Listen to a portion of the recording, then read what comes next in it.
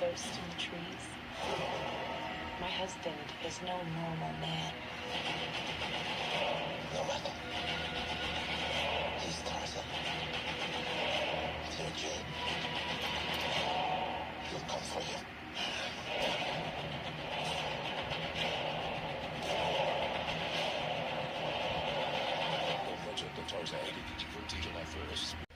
You know, ordinarily, I don't usually do triple features when I go to the movies. Usually 2 is enough for me, but this was one of those days where it's just like, the movies look so promising, I had no choice but to go see all 3 movies on the same day, and yeah, good choice on my part, at least I think. Welcome to Time About the Movies, everybody. It's the halfway point of 2016, and you know what that means. 4th of July weekend, July 1st, 2016. What new offerings do the studios have for us on the weekend we celebrate America's birthday? Not quite as strong as the last couple of years, but there's some pretty good movies in there. Starting off with our first movie, The Legend of Tarzan. In it, you have Alexander Skarsgård as John Clayton, who, following his parents' death in Africa, would be raised as an ape and would be known by the name Tarzan. He'd leave Africa and go to his parents' home in England, along with a woman he fell in love with and married, Jane Porter, played by Margot Robbie. He would be asked by the Belgian King Leopold to go to Africa to see what he has done there to help the country. Initially, he refuses, but an American, George Washington Williams, played by Samuel L. Jackson, wants him to accept so he can accompany him. He says that Leopold might be committing all sorts of atrocities to achieve his goal, like slavery. He needs to prove it. Clayton agrees, and his wife insists that she accompany him because she misses Africa. They go, and when they arrive, a man named Ram, played by Christoph Waltz, who works for Leopold, attacks the village they are at and captures Tarzan and Jane. With Washington's help, he escapes and sets out to rescue Jane by going across the jungle, and Washington joins him despite being told that he might not make it. It's just one of those movies where it got a lot of really bad reviews. I mean, Rotten Tomatoes back in 2016 was much different than it was nowadays, but still, they weren't always right all the time. This thing got a 33% on Rotten Tomatoes, with the consensus being this: The Legend of Tarzan has more on its mind than many movies starring the classic character, but that isn't enough to make up for its generic plot or sluggish pace. And this is one of those times where I gotta say, yeah, Rotten Tomatoes, you missed the mark on this one, because yeah, this was a lot more enjoyable than the consensus made it out to be.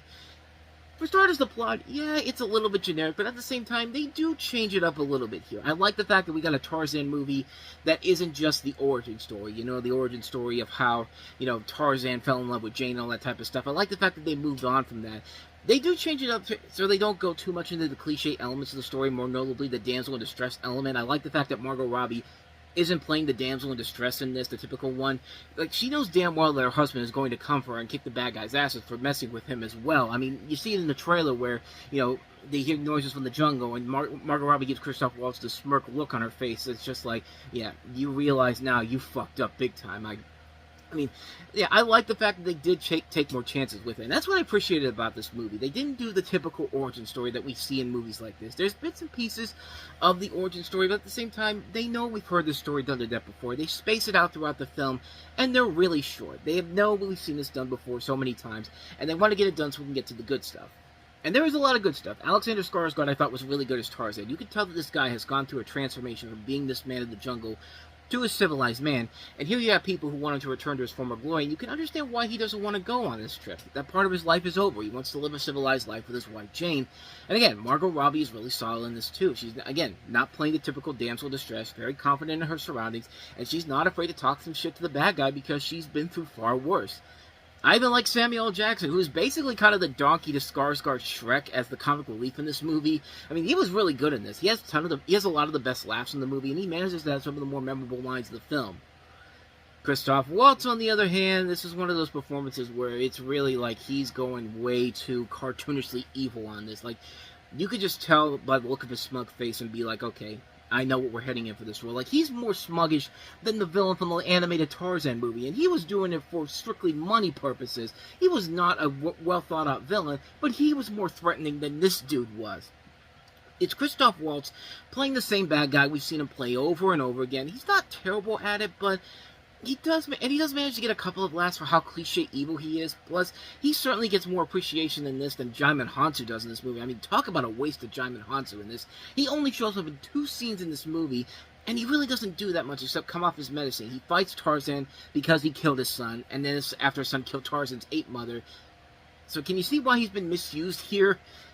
The action sequences are nicely done. The visual effects are really good too. The look of the jungle overall is really good. It's very top-notch. If there's any real problems I have with the movie, it's mostly the editing. Sometimes it feels really choppy. There's literally scenes cut within scenes. Like, you'll see a scene with Christoph Waltz saying something, he'll make a face, and then literally in the next scene he's making a completely different face. Like, the editor of the movie wasn't really looking at the things he was editing, and just cut it from where he thought, well, it felt like he was cutting it while he was talking on his cell phone or texting on his cell phone. Just kind of like, dude, do your job and watch the movie. You're getting paid to edit this movie and make it look fluent, and you're not doing a good job at it.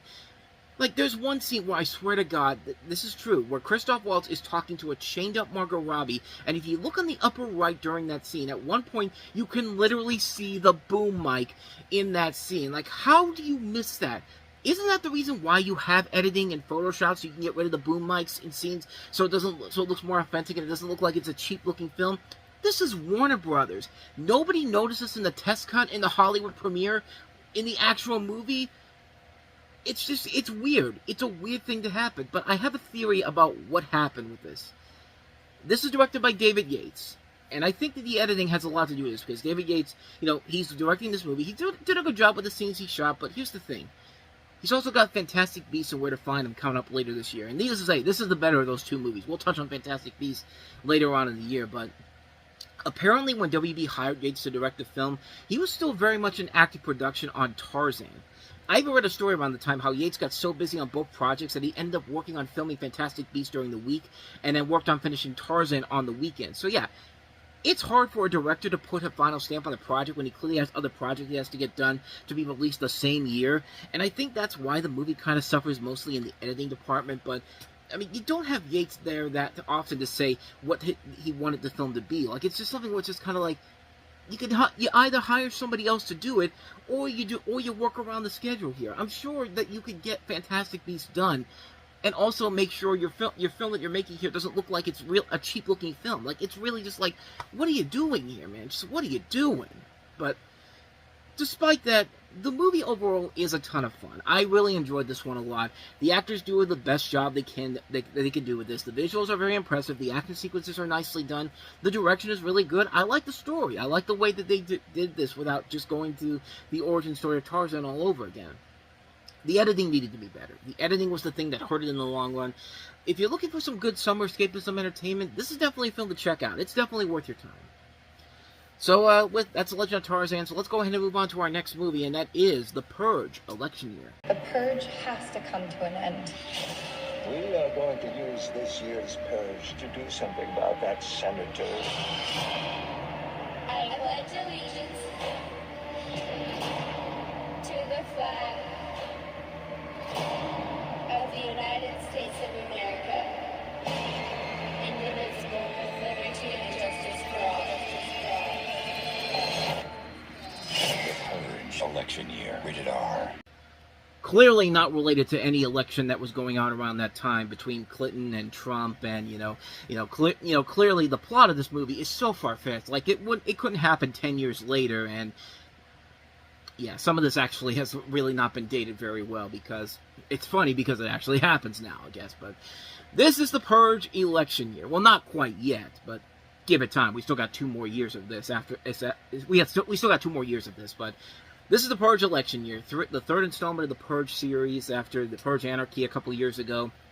It's been 2 years since Leo Barnes, played by Frank Grillo, stopped himself from a regrettable act of revenge on Purge Night. Now he's serving as the head of security for Senator Charlie Rowan, played by Elizabeth Mitchell. His mission is to protect her in a run for president and survive the annual ritual that targets the poor and innocent.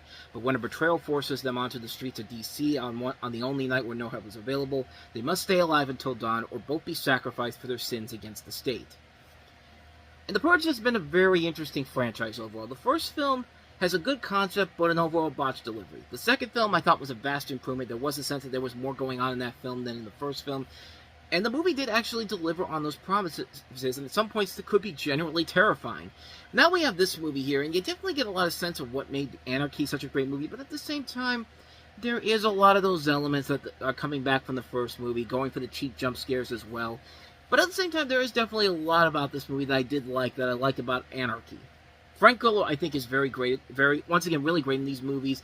It's really a shame that he doesn't really get the attention that he deserves as a leading actor. I think he could be a really great leading actor in these bigger budgeted movies instead of just going straight to direct-to-DVD direct, but he's one of the more underrated actors who's had 2 big franchises to his name. This and the Captain America movies, held 3 now because he's in Superman.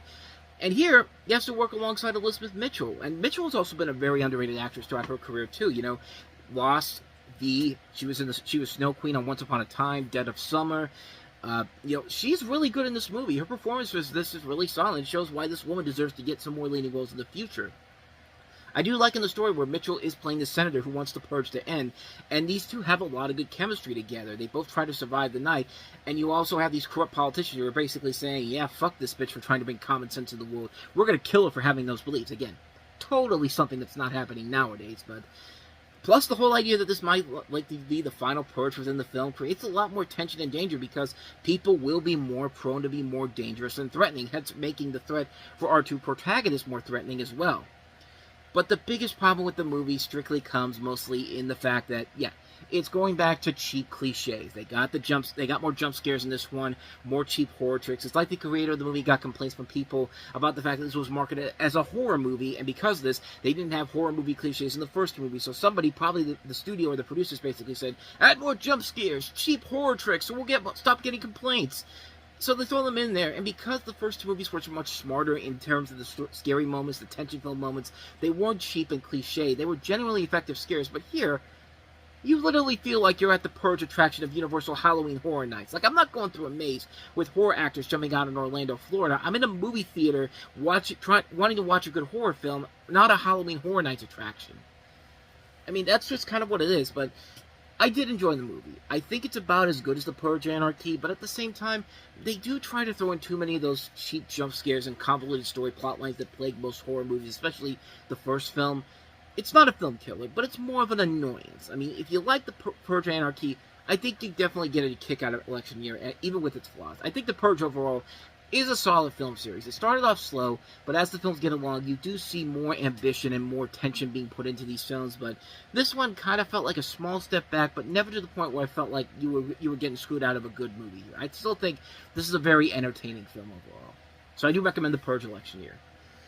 So with that said, let's go ahead and move on to probably the most overlooked movie of the entire week, man. I mean, this movie should not have gotten the lackluster treatment that it got back in the day, man, because this was, you know, you've had movies that have tried to capture the spirit of classic family films like Willy Wonka and the Chocolate Factory or E.T., 2 of my favorite movies of all time. And, you know, we had Wonka a couple years ago, which I think is very overrated. I don't think it's that good of a movie. Then you have a great movie like John Krasinski's If, which is a really excellent movie, and yet people pushed it off to the side because for some reason, you know, it wasn't that great overall. It's just like, it's better than Wonka. Sorry, it is. And here's another one of those movies that I really do think deserves a lot better. Steven Spielberg's version of the BFG.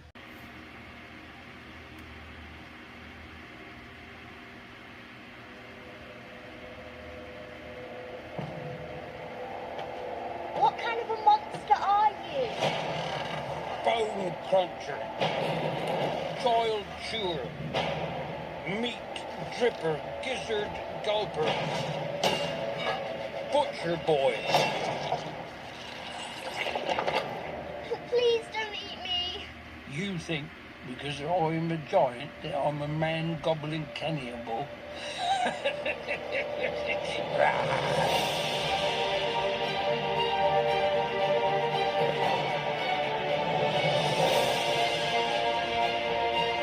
You can call me the big friendly giant.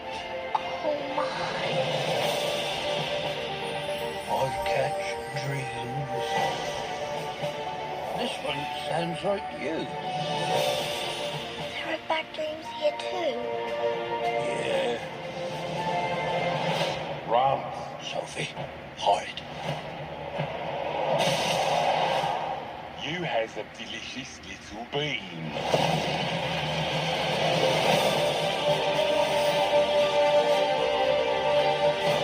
Are you scared?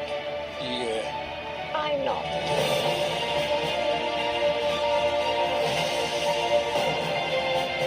I have a brave Sophie. This be the story of a little girl. There will be great adventures and laughter. Times will be hard, times will be soft. So hold your breaths, cross your fingers, here we go. I'm going to call you BFG. The Big Fucking Gun.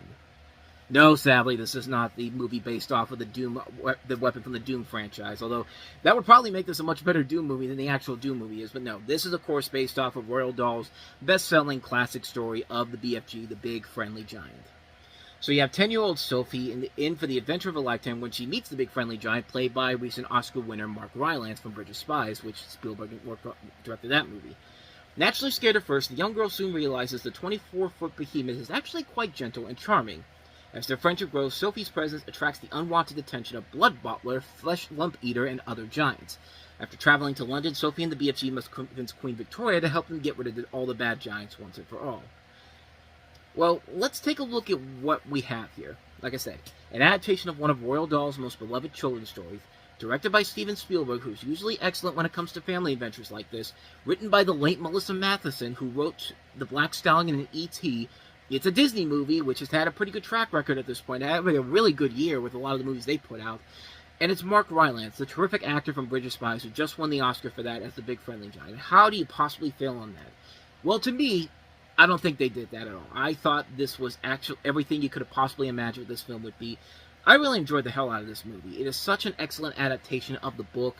It's more lighthearted than the actual much darker story, which, you know what, I'm fine with it being more lighthearted and more family-friendly. As long as it's working, it doesn't matter. And the film does work very well for the most part. I'll get to the negative things here right now, because, yeah, there's a lot to praise about this movie. I mean, there really is not a whole lot of negativity I have. Mostly it just comes in the third act of the movie. The third act is where you have Sophie and the BFG going to see the Queen, and she's totally fine with the fact that there's a giant telling her all these things about these other bad giants in town. It's a little hard to believe. I know that they make her dream look exactly like the moment in real life, but still, it's a little much here. I don't think the Queen or hell any of the characters in Buckingham Palace weren't really that well developed in this. But once again, this is a movie where somebody like Rebecca Hall, who plays the Queen's maid, is very underused in this. I do like Rebecca Hall, but man, they put her in these movies where she is just... They don't know how to use her very well. You know, like in Iron Man 3, they don't know how to use her very well. They really didn't know how to use her very well in Transcendence. I mean, for some reason, if your first name is Rebecca and you're putting movies out in the 2010s, I mean, hire the agent you're working with, because Rebecca Ferguson is somebody else who is very underused in some of these movies that she was in, besides Mission Impossible films. And even then, they didn't really use her they don't even use her that well towards the very end, but you get the idea. Also, there's not really an indication of what time period this takes place in. I mean, it's not until you have to listen in on some of the things they start bringing up. Like, they bring up the Reagans, and there's, like, even a scene where the E.T. doll is in there to know that you're in the 1980s, more likely 82, since that's when this book came out, and it makes sense why the E.T. doll is there. Probably my overall biggest flaw with the film is the final battle with the evil giants, and the fact that it's incredibly short and quick. Like, you usually go all out for the last big fight of the film. Hell, the scene earlier with the cars could have been a climax for the film that would have worked better, but the actual ending is, like, really short. Like, it's like the equivalent of going to Universal Studios. You're going in there, you're going to ride the big new ride in town, you're in this big queue, you're sitting there for at the very least 20 minutes to possibly longer than 4 hours, depending on if it's a new ride or not.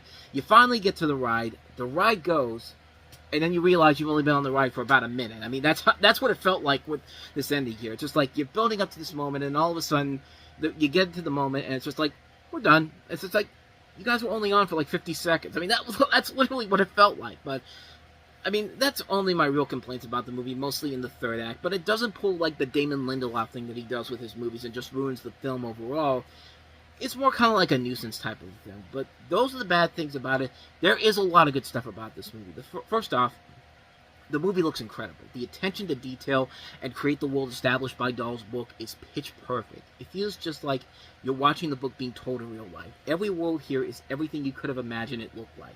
The visuals are fantastic to look at. There's a great tree sequence, and it's one of the most magical things I've seen on the big screen in a while. The motion capture work overall is incredible. Like, Spielberg should be telling Robert Zemeckis, hey buddy, this is how you're supposed to do it. I mean, I've worked with you in the past, and I can't believe that you can't figure this out by this point. But yeah, this is some of the best motion capture work I've ever seen. When you see the BFG in full form, he looks great. Like, you can actually believe this giant is standing there in real life. But then again, he's got an outstanding actor in Mark Rylance playing him. But him and Ruby Barnhill are great. Mark Rylance as the BFG is fantastic. He perfectly captures the spirit of the character and gives yet another amazing performance that honestly should have been another Oscar-nominated role for him. I mean, this is one that, even if he didn't win, he should have at least gotten a nomination for it. And this kid, Ruby Barnhill, was really good. I mean, it's been a really good summer for these up-and-coming kid actors. First Tom Holland as Spider-Man in Civil War, then Angourie Rice in The Nice Guys, and now Ruby Barnhill in this. She was really good in this, and her performance is very genuine and authentic. There isn't a moment in the movie where it feels like she's playing it up or being fake and all that. She's clearly looking off at something, or she's clearly looking off at someone else. No. It's a genuine, authentic performance. And her connection with Rylance's BFG is very well done.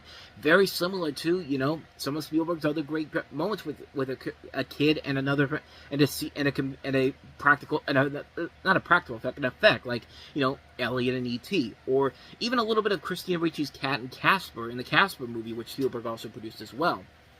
The music is great. It's another terrific John Williams score with Williams doing what he does best.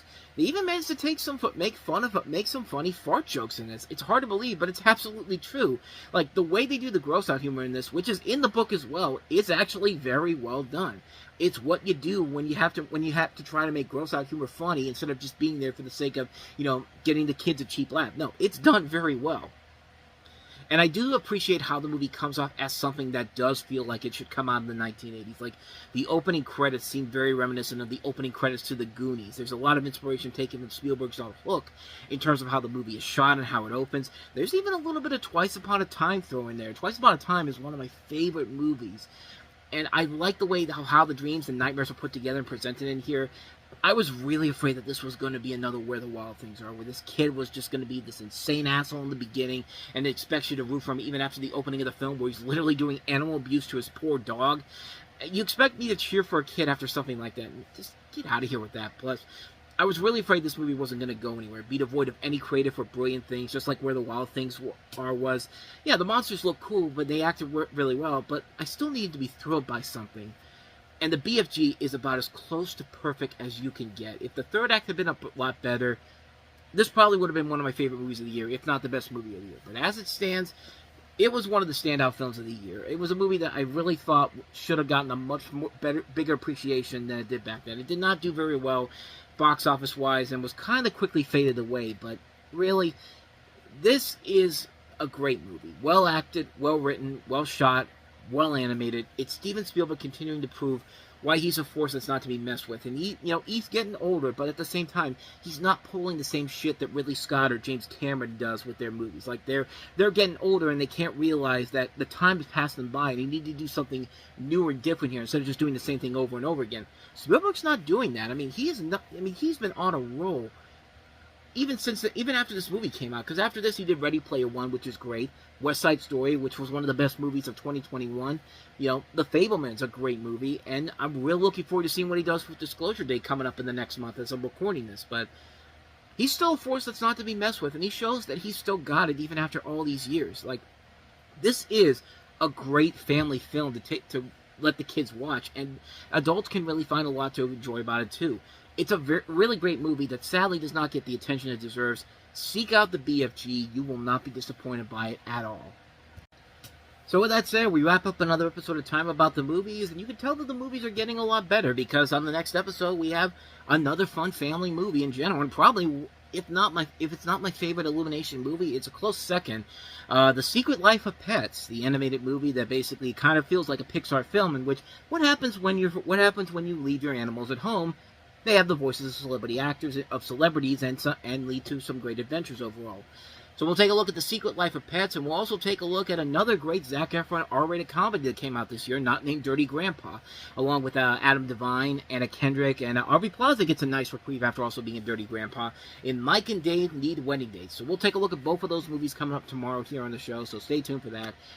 With all that said, though, thank you so much for watching this. I hope you enjoyed it. If you did, please go ahead and do me the honors of hitting that like button, the subscribe button, and that notification button. Also, don't forget to check out our playlist, and don't forget to check out the previous episode we did. So with all that said, whether it's in the past, the present, or the future, I will see you at the movies. Take care.